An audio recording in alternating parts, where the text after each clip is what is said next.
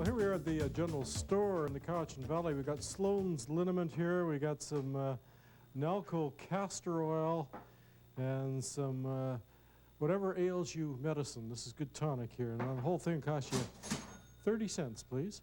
That's the way it used to be. This is a fascinating place, and we're going to talk to the curator of the Cowichan Valley and Duncan Museum. We're going to take a walk through the Cowichan Valley the way it used to be.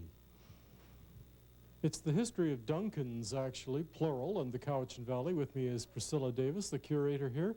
The many Duncans over the years, is that what it is? Well, yes, there's been the original name, which was Alderley, but that one didn't stick. People couldn't say it very well. And so Duncan Station became the proper name. But as you'll see by our entrance panel, it says Duncans on it because people were too lazy to write the whole thing, Duncan Station. They shortened it to Duncans. And some fantastic photographs here, the old railways and the old homes, artifacts, the trunks, and so on and so forth. Oh, yes, this is our early settlement area here with the railway and the Cowichan Creamery, the agriculture which brought the people to the Cowichan Valley, not forestry as most people think in the beginning. Now, how far back are we going as we walk through here? How far back are we? 150 years? No, the first settlers came, the first main group came about 1862. There were very few here before that. But what we're walking through to here now is the home of 1912. This has been set up to give you little vignettes of what homes in the valleys were like by 1912. As you can see, we have the parlor, the bedroom, and the kitchen with genuine reproduction 1912 wallpaper to give you the feel of the home. And one of our local members, Claude Green, did all the woodwork. He was a painter and decorator here. He's 93, he still lives here, and he did all this work that you can see with the painting and papering.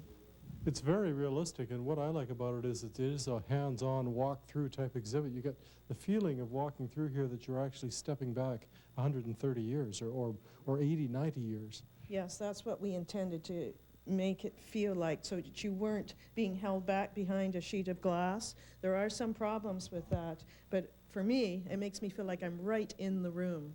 Indeed, it does.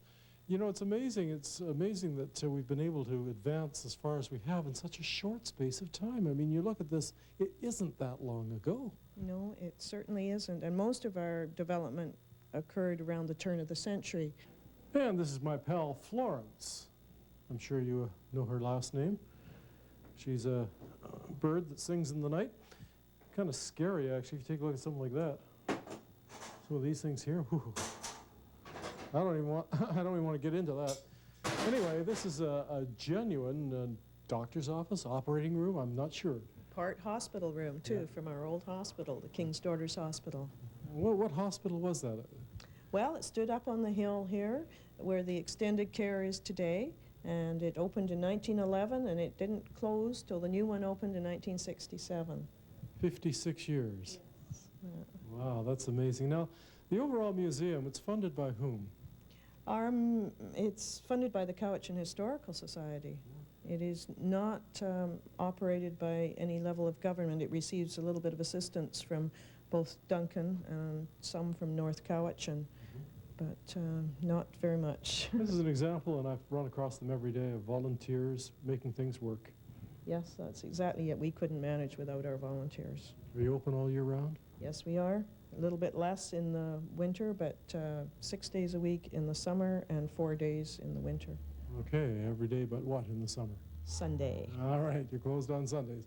Cowichan Valley Museum, a fascinating place to be, and it's located where the old Duncan train station, or the existing Duncan train station, they still use it. It's in the same building downtown.